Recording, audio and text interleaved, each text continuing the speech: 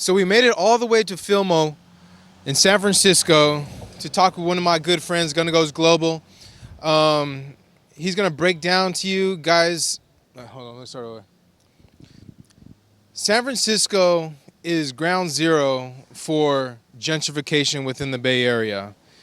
And when we mean ground zero, we mean ground zero right here. Gunna, let them know what it's about. Let them know where we're at, first and most, and then let them know what this neighborhood used to be. Okay. From a historical standpoint, this is the Harlem of the West. This was a very affluent black neighborhood, known for jazz, known for blues, known for culture just in general. Around the 90s, mid-90s, unfortunately, San Francisco got sold out and became ground zero for gentrification. Fillmore was where they started gentrifying first. We've got Page Street, Hayes Valley. Right now, we on the 800. We got the Mac. We got, let me see, Virgos. We got Freedom West. We got OC, TP, KO, Turkwood, which is the Chop, CDP, and West Side. Unfortunately, it went from 80, 90% occupancy of black folks to right now you may see 20%, if that, and that's considered high. So the way they did it is they said things like, we're going to give you guys, we're going to redo where you guys live. We're going to upgrade it. We're going to give you guys a better quality of life. But in all actuality, what happened is once they got tore down, many of the residents were not allowed to return. They also started implementing laws that were very predatory, saying things as if, well, implementing laws like, oh, if your son or your daughter did X, Y, and Z, you guys are going to be evicted, or you could take your housing voucher or low income and go somewhere else. So in Fillmore, this all used to be black.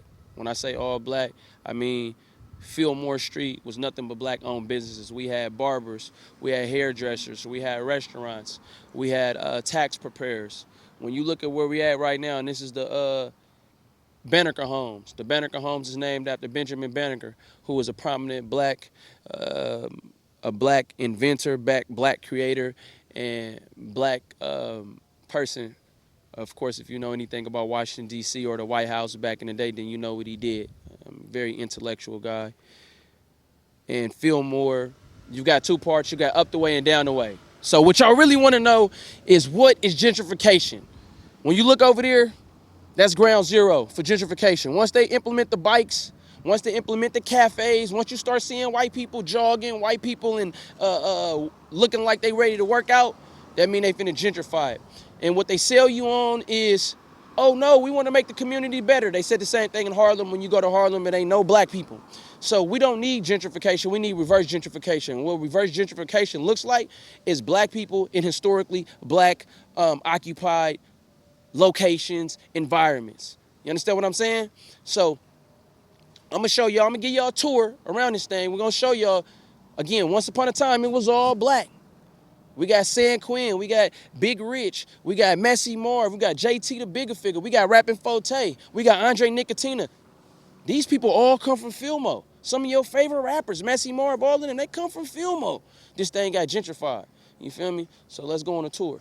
They started gentrifying in the 90s, but it was 2010 when, man, we'd be out here anywhere from like 20, 30 deep. Again, Fillmore is not no place that has ever been welcoming to outsiders. You didn't see no outsiders. You know what I'm saying? We big on culture. We big on where we from. We big on representing this shit from the womb to the tomb. So, again, when they start displacing us, a lot of us is in the town right now. A lot of us is in Stockton, Sac, Vallejo, where else they, Vacaville, Fairfield, all this. That's why you see a lot of people from the city is spread out, because we was the first city to get displaced. When they tore down our projects, when they tore down where we stay and reintroduced this new stuff, the way they did it, the way they worded it was in a way, again, it was very disingenuous. It was very predatory. It was very, sign this, and you'll get. It was very like, oh yeah, sign this and y'all gonna be good. But in all actuality, you didn't know you was signing this paper saying I'm gonna take a small amount of money and then go somewhere else and not return. So cafes is ground zero for gentrification. Yoga, bikes, bike lanes, none of that is to really help the community. Is to is to displace everybody. Whole Foods, especially. Oh man, Whole Foods. Oh yeah, we got a Trader Joe's. So we got a Trader Joe's 2 blocks down. If you walk right here between, let me see, on Laguna between Fulton and Grove, it's a Trader Joe's. For the last, 40, 50 years, the only place you can go to get food, they used to have Gold Lane, Food Land, or whatever. That was on Eddy. But then we got Safeway. That's on Webster, damn near by Gary. And then, of course, you could go to Haight, and I want to say Haight and Webster, and you could go to a health food store. But the majority of people used to go to Food Land or Gold Land. I mean, Food Land, Gold Land, Food Land, or Safeway. My bad. You know, it's been a while. They ain't had that on Eddy since the 90s. And how would you describe it out here? You know, growing up, how would you describe before the gentrification? What was the vibes? You know, how were the people? How was it? How was it out here, man? Fillmore was hella black. It was beautiful. Pit bulls, cars, pimps, players, Max, hard-working people, a lot of culture, things that we never saw like this. Never seen this type of dog in Fillmore in my life. Only seen pit bulls. Never seen no white folks. Like, that was just unheard of unless they was coming through. You feel me? And when they, look, I just told you, see? Jogging, all of that. That mean your neighborhood been gentrified. It's over with. So being from the Mo, growing up, coming to the Mo, you know what I'm saying? We had Ham, we still got Ham, we got Ellie Hill, we got all the rec centers. Before Midnight League, it was just outside. We a festive people. So again, we was outside. You had the Icy Lady, you feel me? Or the Candy House, for sure. You got the Candy House. You guys had candy houses here too? For sure. Candy House on this side of the Banekers. You walk in, go to your left, for sure. You go to the Candy House. Well, really the Icy Lady. I'm going to say the Icy Lady. Most people got candy houses, but we had the Icy Lady for sure. You know, that was something extremely consistent. So it was vibrant. No matter where you went in Fillmore, you seen us outside. And what we was doing outside, we would congregate. We're very congregating people. That's why you see us. You see people around, they talk like us, they walk like us, they dress like us. A lot of things that they do and they emulate, it come from right here. We pioneers. This is a very pioneer-based place. A lot of what's going on nationwide, somebody from right here in Fillmore has something to do with. So again, what it looked like, it looked black. It looked rich. It looked wealthy. And what I mean by that is rich in culture. You know what I'm saying? I need y'all to see this thing. This is unheard of. Unheard of. These are like dinosaurs. When I see this, this is like, look, this is crazy to me. This is crazy. It's crazy, bro. Shout out to Harlem because they say Harlem experienced the same thing. On a deeper level, how do you feel when you see those kind of things coming through your neighborhood? Psychologically, it's psychological warfare.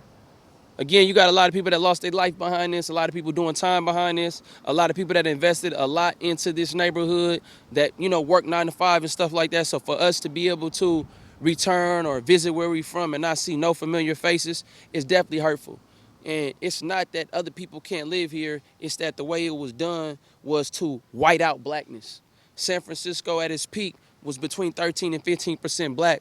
Right now, the estimates is between 3 and 5%. We are a huge part in building this city up, building this identity, and making it a desirable place to visit when it comes to the culture aspect. I ain't talking about the tourism. I'm talking about the actual culture. So when you come to San Francisco, you got the Fillmores, you got the Sunnydales, Geneva Towers, you got Lakeview, you got Alamany, you got Bayview, Hunters Point, you know the whole point. You got Potrero Hill, you got Army Street, you got Valencia Gardens, you got the Mission, you got the Excelsior, all of these things, and if I left you out, it's an apology, you feel me, on my behalf. But all of these things make up the essence of what San Francisco is. That's what makes us special. It's that culture, you get what I'm saying? You know, what's always been a trip to me, bro, is, you know, especially in neighborhoods like this, you'll see... Again, hold on, to your right, man, this is crazy. I never seen this. If y'all pay attention, we ain't seen one black family, bro, not one. We ain't seen one black family. This is a historical black neighborhood. We ain't seen one black family. I'm sticking out right now. You feel me? You're sticking out in your Iowa. Yeah, you you're would think sticking out in your own neighborhood. come on, bro. You would think we was in Delaware or Iowa or some shit like that. And it's wrong the way these techies came. Not only did they buy it, but it's wrong for the people who sold the city. It's wrong for the people who sold these neighborhoods. And like I said, this shit started in the 90s, man. This shit shady.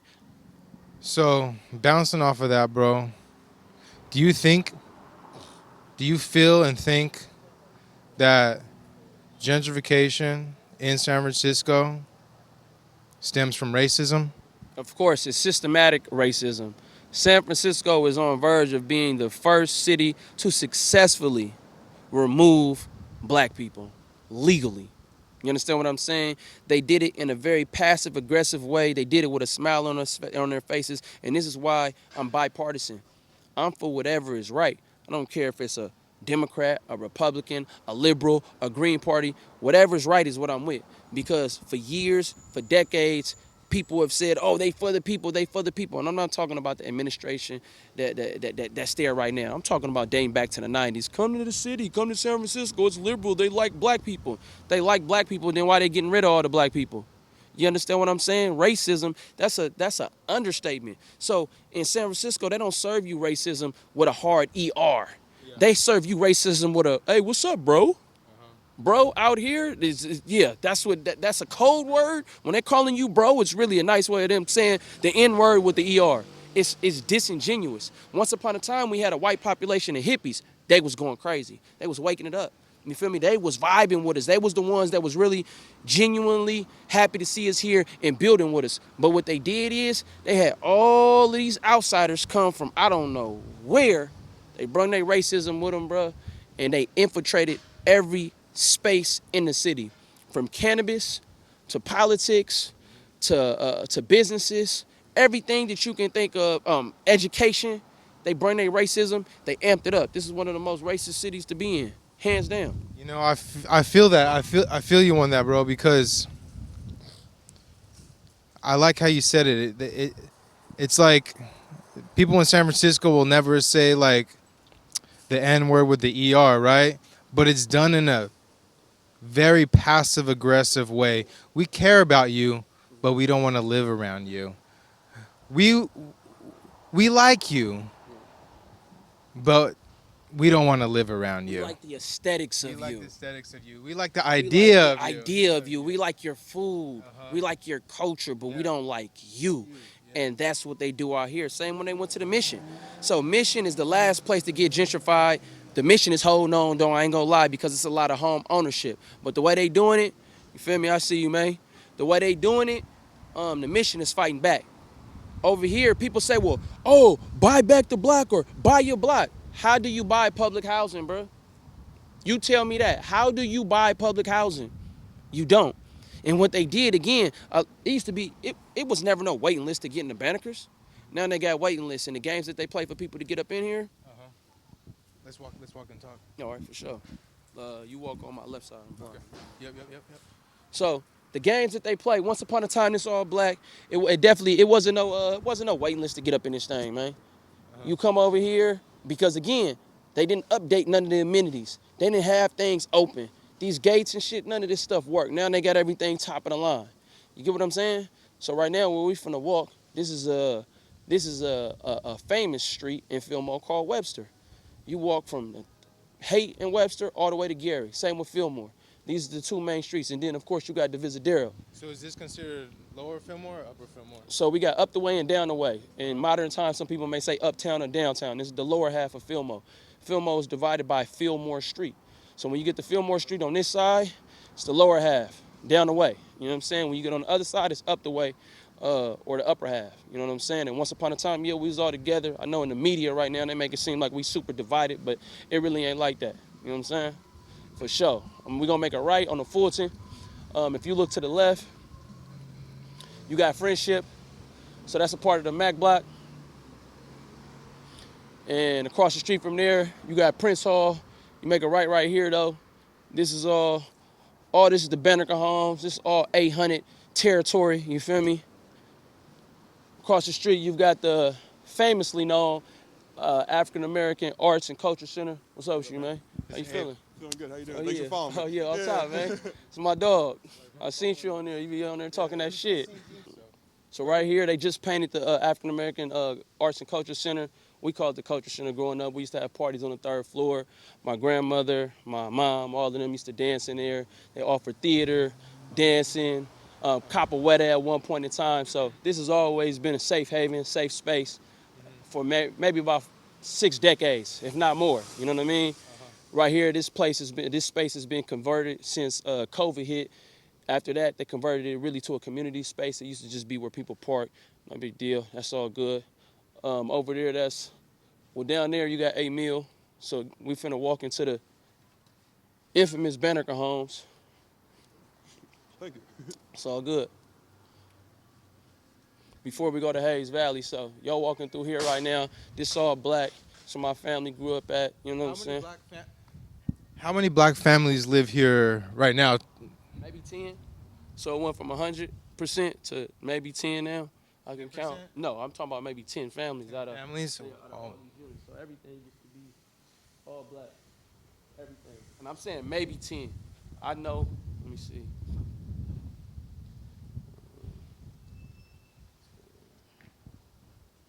I know maybe 5 families, so I'm gonna say 10 for, you know what I mean, purpose of I'd rather overestimate than underestimate. So I'm gonna say 10 black families stay up in this thing. But again, this is all 100% black. Wow, bro. 100%. Not 95, 100%. I mean, everybody is black in this thing. Okay, I'm gonna break this down for you and let me know what you think. Yeah. You see a white family living across the street from here. They have a Black Lives Matter sign in their window. But, you know, they're part of the gentrification and the problem. What do you think about stuff like that? So, you want to pause?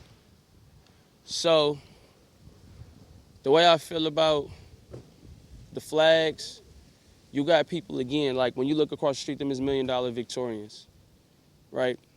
I would say 50% of them was owned by black folks at one point in time.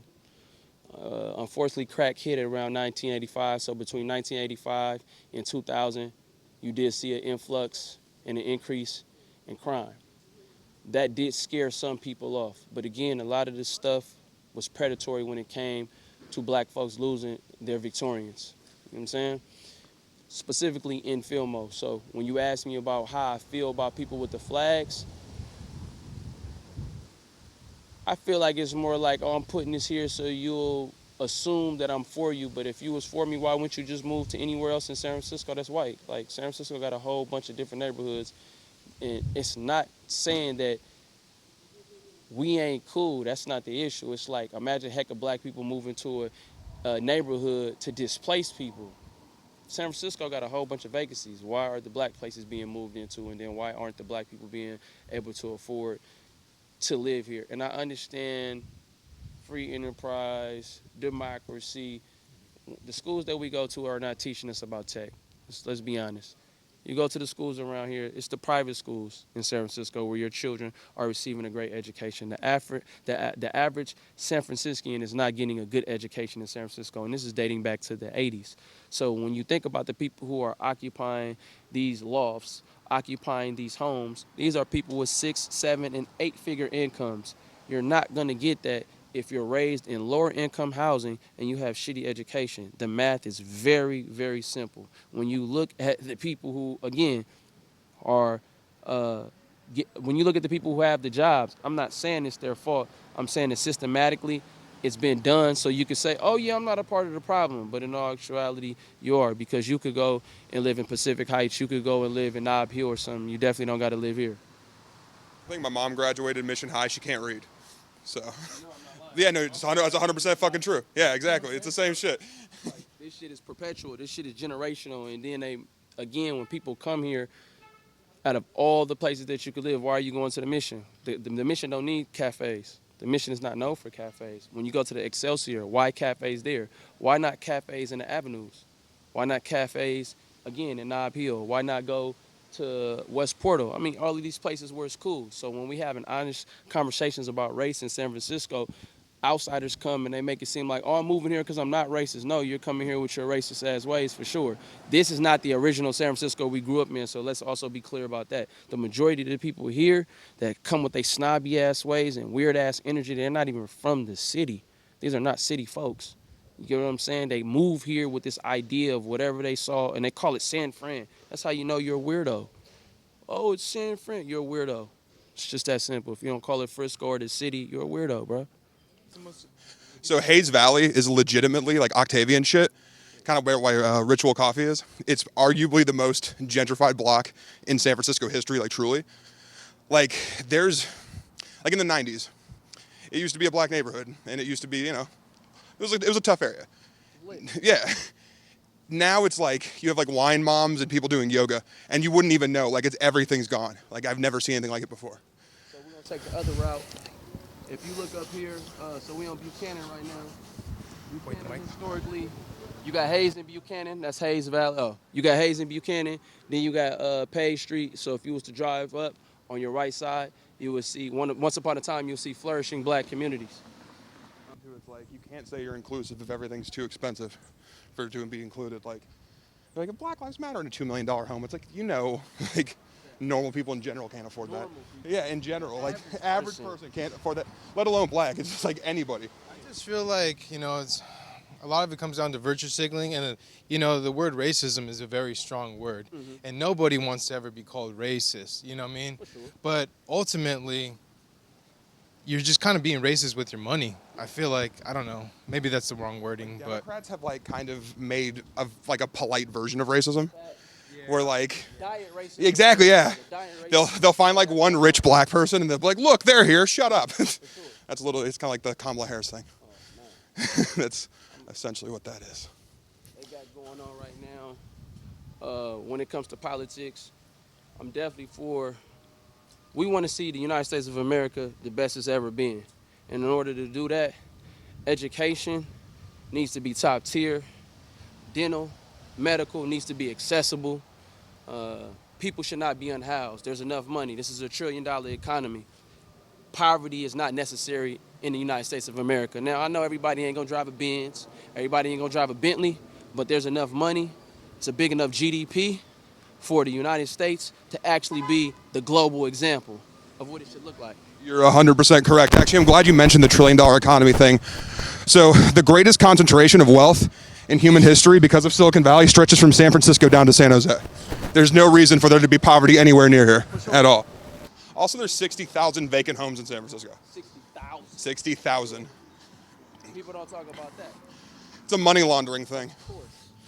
Basically, like the whole like real estate into assets. They buy the houses to hide their money so they don't get taxed, blah, blah, blah, blah, blah. Then people get fucked. Man, a lot of people getting fucked. Pretty much. We used to have stacks on the corner. We used to go get food. We used to have flippers. So these is places that kind of, I would say, well, flippers survived gentrification, but then they boosted up the rent to the point to where a lot of mom and pop spots that was originally here or survived that first wave of gentrification, they could no longer be here. So again, when you look at the aesthetics, you wouldn't know that this is in a black neighborhood. You're not gonna see any black people. This is what you call diet racism. You feel me? So when you go on the other side of Fillmore, and when I mean other side, I mean past Gary, this is what it looks like. And it's always looked like this. Again, it's different communities. There's no problem with having Latino, Asian, white, black, Arabic communities. The problem is when you say, I'm gonna infringe upon black spaces and Latino spaces and remove them, but we're gonna do it with a smile and say that, oh, this is not a racist city. Again, when's the last time you seen a black person other than the dude that we just spoke with? This shit is weird. You know what I mean? Weird. Diet racism, man. All right, come on. So this used to be a freeway overpass. So right here, all of this, the freeway, the Octavia Freeway, it used to come over. And there used to be a fish and chip spot under it. I used to go here. It has some of the best snapper and fries, right? So again, all of this was an extension of Hayes Valley. It was all an extension of Fillmore. it wasn't. It definitely wasn't a commercial area how you see right now. It wasn't a bunch of restaurants and all of that. It was actually it wasn't even developed. So I want to say right here was the freeway, and let me see down there. I want to say it was apartments, but this right here, Flippers used to be right there. Flippers is a restaurant we used to eat at. I don't recall right here, but again, it was a black neighborhood. Do you think the deconstruction of the freeway was probably the beginning of the gentrification in this neighborhood? Oh yeah, because around the time that they deconstructed the freeway, they was tearing down Page Street, tearing down Hayes Valley, and then tearing down OC. They had already tore down Turkwood, I believe, in the mid '90s. So this was like the mid to late '90s. You get what I'm saying? Oh yeah, for sure. It's definitely the way it was. Again, it's all passive. It's never aggressive. The end act is aggressive, but it's passive aggressive. So they come with the smile. Oh, let's do this. Let's tear down the Octavia so people can have more access. And who are the people that need more access? Because the majority of people around here could walk to and from everywhere they need it. And everybody know when it comes to the Muni, it's a very public, friendly transportation, especially, for us San Franciscans. A lot of people growing up in the city, you didn't really need a car, to be honest with you, because you didn't go anywhere outside of your community, for sure. You heard her. Yeah, a lot of flip-flops out here, more than anywhere else in the city I've seen. A lot of flip-flops, a lot of flip-flops, a lot of little dogs. Yeah. But Fillmore, again, growing up, it was lit. We all went to the functions, we all went to the parties. We known all over this thing, whatever school we went to. We got Seahawks, that's Pop Warner. We got Washington, that's the high schools that we go to. We got Ben, we got Marina, those are the middle schools. Elementaries all around here. So again, we grew up lit, family-oriented, community-oriented.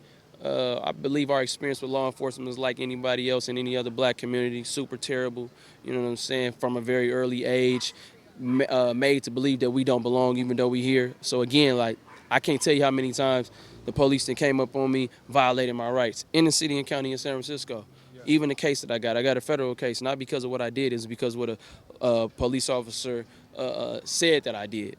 And then they said, oh, no, the witnesses don't matter. So we have a very turbulent experience with law enforcement. They're known to be shady out here. A lot of dudes doing a lot of time right now over a lie.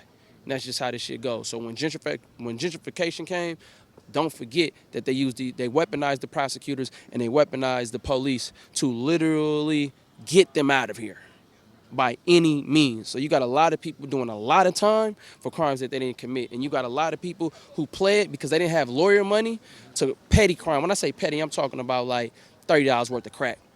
You feel me? $50 worth of crack. But either you take this and get up out of here or we're going to evict your parents. We're going to evict your grandparents type shit. You feel me? They use those type of tactics. So it wasn't just real estate. It wasn't just real estate. It was a little mix of everything. The police weaponizing everything too as well. There's also a discrepancy between powder cocaine, which is primarily used by whites, and crack cocaine, which they stereotyped as blacks using, and they had a different mandatory minimum sentence.